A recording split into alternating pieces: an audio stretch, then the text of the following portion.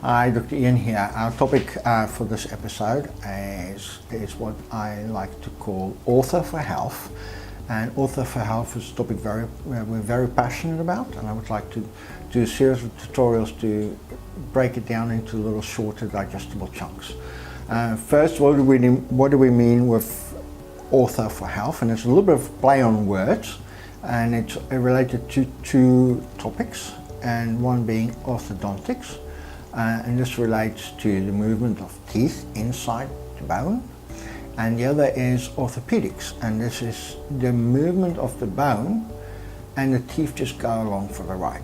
Now, the statement Ortho for Health may seem a little bit of ideological at first, but we need to dig a little bit deeper, and we would like to make our case as to why we believe that the improvements of the functioning of the structures inside and around the oral cavity may just have some health benefits. The biggest effect of the change of our jaw position is the change of the mode of breathing from nasal to oral.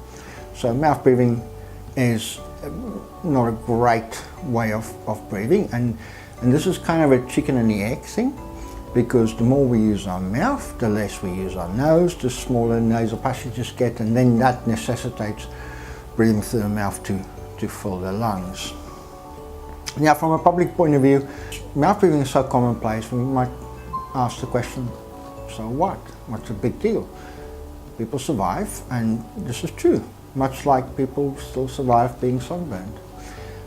But not a lot of people nowadays would argue against being sun smart, and the promotion of information about the dangers of UV radiation has been very effective on this page, and in news and all that, and people are being more safe in the sun now. So the argument against mouth breathing, whether through habit or physical blockage of the nasal passages, is not controversial at all, and many clinical papers have been published to state the negative effects of this on our health. And these effects are wide-ranging and quite involved, and for the sake of brevity I would like to break it down into smaller chunks. First, I would like to touch on the gas by the name of nitric oxide. And this gas is produced mainly in the sinus passages up here and secreted into the nasal passages with nasal breathing, not with mouth breathing. So this gas has a very short half-life, and what that means is that the gas needs to be constantly generated for us to have any beneficial effect of it. Humming seems to kind of up the production of this gas and the secretion of that gas into the nasal passages. So the importance of this gas is quite profound actually, and it is a strong vasodilator. And this means that it opens up blood vessels, and by opening up the blood vessels it lowers the blood pressure, but it also increases the blood flow in the areas of the lungs where the gas is more present, and that means that fresh air has the gas, so the blood vessels increases the blood flow to the areas in the lungs where there's more fresh air, and this increases the lung gas transfer effectiveness. The gas is also a strong part of the nasal defenses, and it has a significant high impact on viruses, bacteria and fungi through antimicrobial activity, and this is done in a very natural way. The gas also has beneficial effect on the cilia, which is a little hair-like fingers in the nasal passages, and will increase the mobility of these little hair, and the function of these hairs to capture and move pathogens away to be swallowed and deactivated by the stomach acids.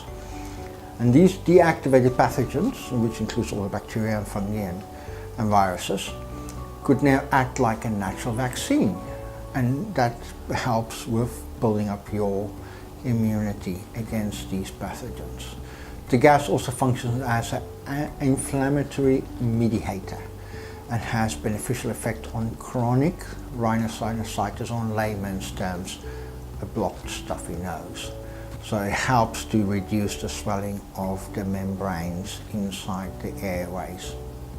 As you need to be able to breathe through your nose in order to breathe through your nose, so how does this holistic ortho fit into this? Well, the studies have shown that forward orthopedic movement of the upper jaw has a significant increase in the nasal passages size.